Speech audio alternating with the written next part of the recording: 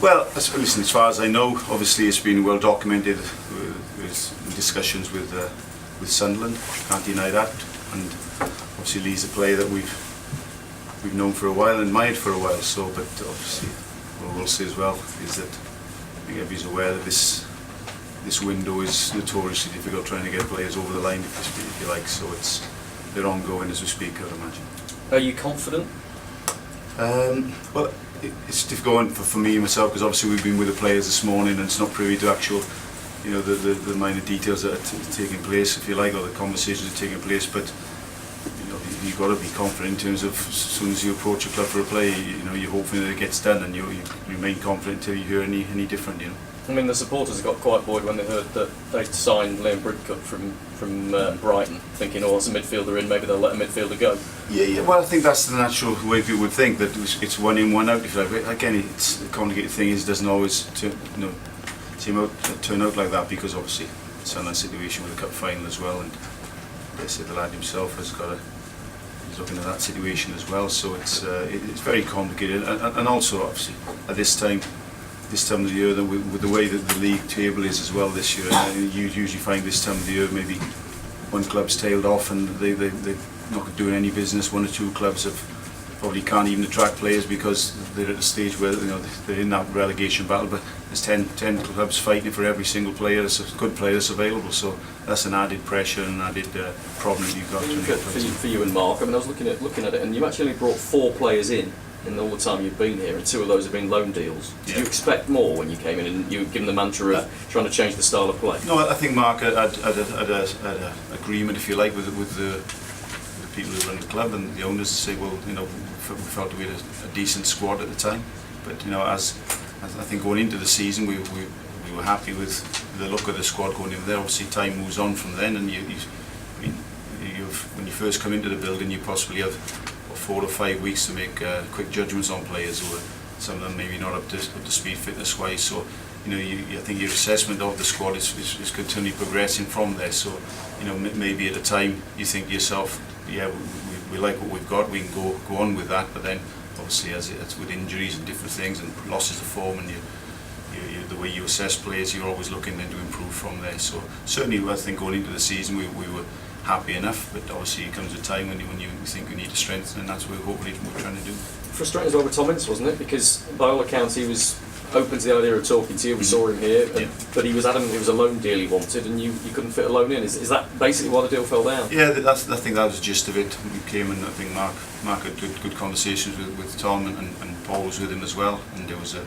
it was just an amiable discussion about how he saw his future going as well, and it was a difficult one, obviously, because it's a complicated situation that he had, obviously, with the loan situation as well. And obviously we got John Guidetti's come in, and Saidi as well, so that avenue was closed off to us, really.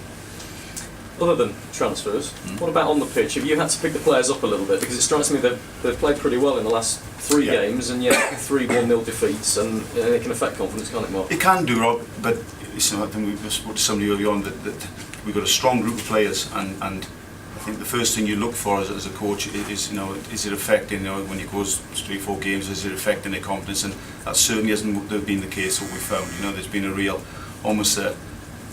awareness within the camp that maybe it's a situation we've just got to get through because things haven't been going for us. It's just, you look at the last 2 away games, massive games for us to possibly away from home not get beaten by your rivals, as you see. But I mean, in the 2 games we've basically made 2 mistakes and conceded 2 goals and lost 2 games. So and you can look, we've had discussions with the players and as a staff, and you can look at a lot of the goals we've conceded in maybe the last half a dozen games have been what I would call almost freak goals. We in front against Everton, we have a penalty. We play Liverpool at home here, and it's a deflected first goal. Anybody who's seen it has seen it's been there to see, if you like. So it's one of those periods you just got to keep doing what you believe is right and preparing the way we have been.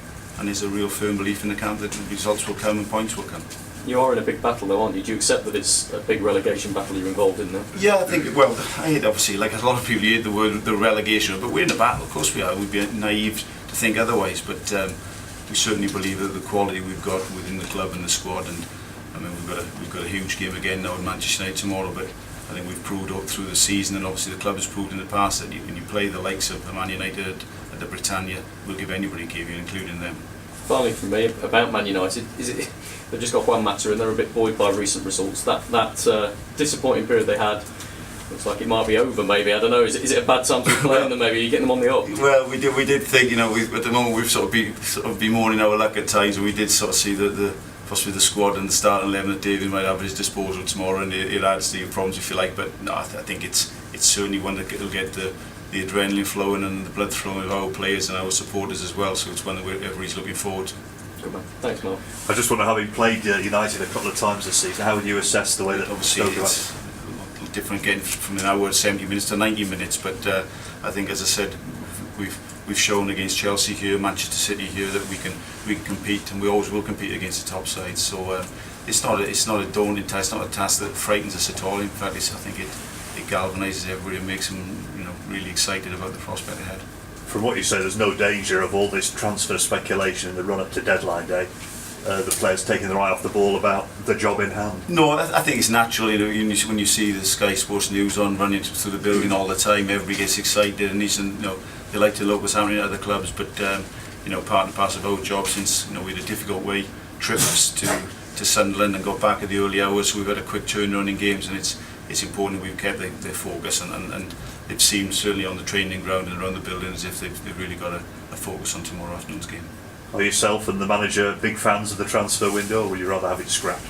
I think it depends how much money you've got to spend, really, if you're a fan or not. I think it's exciting for everybody else, but I think the difficult thing is that obviously you want to bring in players to strengthen your squad. Of course, that's the main thing. But at the same time, obviously, if you're talking to these players, the agents and the players themselves are a lot of times not interested in just a loan. They want permanent moves. So you've got to be careful in your assessment of players, because you could end up signing a player for them now where you've got him for 3.5 years, where maybe he wasn't in your plans, just a few weeks ago. So it's still a balancing act. You can get players in, you can be a real positive for the future of the club, to help the club grow, and just doing a stopgap thing, and you end up, they become a little bit of a millstone around your neck at times. So it's getting your recruitment right.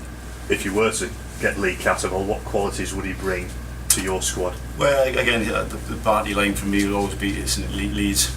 We've got an admiration for Lee, of course. I think it's obvious now, but at this moment in time he's still a Sunderland player, so you don't want to talk about too much about it. It's none of my business if he's a Sunderland player, but if and when he becomes a Stoke player, I'll certainly have an opinion for you on that. But during his career he's changed hands for almost £10 million, hasn't yes, he? Yeah. He's highly rated. Yeah, he's highly rated. He's got attributes that can enhance any club, if you like, and he's a good footballer as well, very much underrated. I think footballer people tend to look at the other side of obviously his career so far, but he's certainly a player that can bring good qualities to any side in the Premier League as well. Mark, supporters were very impressed by the spirited performance in the second half against Sunderland, but the goals weren't forthcoming. They seem to think that the solution is just bring in a striker. Is it as simple as that? No, because it's a load of other things. They've got to fit into the way that tactically you go about the game and all these things. And so it's not just a case of going out and getting a striker. You've got to make sure you can get quality play into that striker, quality ammunition, as I call it, for him to help him do his job. So there's a lot of other things involved, and again, it's all wrapped up in the money's involved and the cost of different things. So again, that's not for us. All we can do is try and prepare ourselves right. And I thought, certainly in the Sunderland game, we've been poor away from home. There's no doubt about that, and we've started games, poorly. I wouldn't say not across the board. We've had one or two decent performances. I mean, at Newcastle away, we played very well, and we felt the game was taken away for us a bit there. But certainly, we started a little bit quietly against Sunderland the first 15 minutes. But only just when we get the end of that period, we felt we were going to foothold in the game to take the game forward. We can go home, concede a goal, silly goal, and but as you said, you're right in saying, I think anybody who was there can see that the real determination and the quality within the side. Even with 10 men, we took the game to them and dominated for large parts. So and we can take that. Took lots of positives out there. Listen, it's hard sometimes to take positives anytime you lose a game, especially with the way that the Premier League is this year. But you've got to at times take things out of it, and it was massive things to take out of it from Wednesday's performance going into Saturday's game. A lot of talk on social media about the performance. One tweet actually said, finishing isn't the problem, we're not creating enough chances, the midfield are are way too deep and have too far to go to create chances. What's your take on that? Well, it's just getting the balance right, isn't it? You know, if midfield is too deep, well, sometimes you push a midfield, they want to see midfield pushing higher and you can leave gaps behind. You know, the fact of the matter is you've got to try and play a different way, maybe away from home as you do at home.